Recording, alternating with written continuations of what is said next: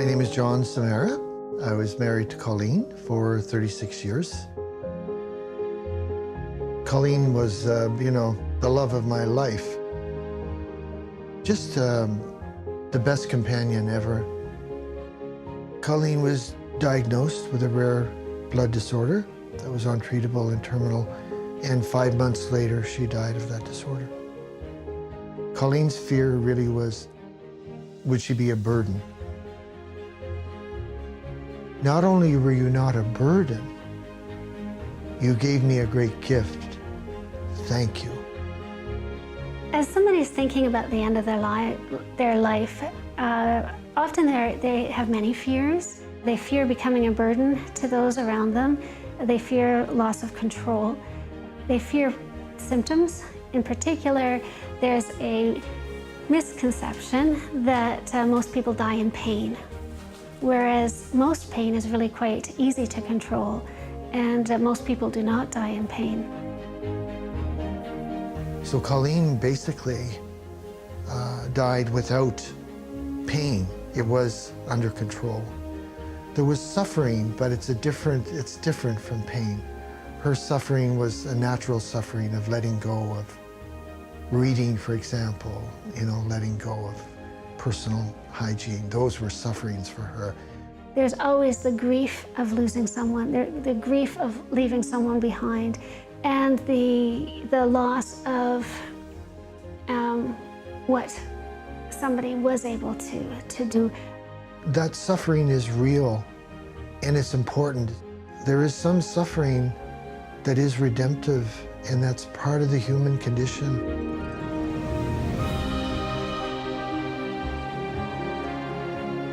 As Christians, we know that God can use that time of life. And we need to talk about what we can do, what we can accomplish, as love that we can give, as prayers that we might be able to give. And ultimately, to be able to, as Christ did on the cross, say, "Into your hands, Father, I commit my spirit." This is really for us about joining Jesus in his passion, in his death, and in his resurrection. That we get to join him in that. And he joins us in our passion. And we had a passion, and we had a death, and we had a resurrection. If physician-assisted suicide or euthanasia were legalized, we would lose the value of the dying process in our society. And in effect, we're trying to jump over that difficult and vulnerable time. I myself would encourage people to seek and find the sacredness in life rather than to try to cut it short. We don't expect the infant child to do a lot, just be. And when we end up in our situation, the end was very much like the beginning.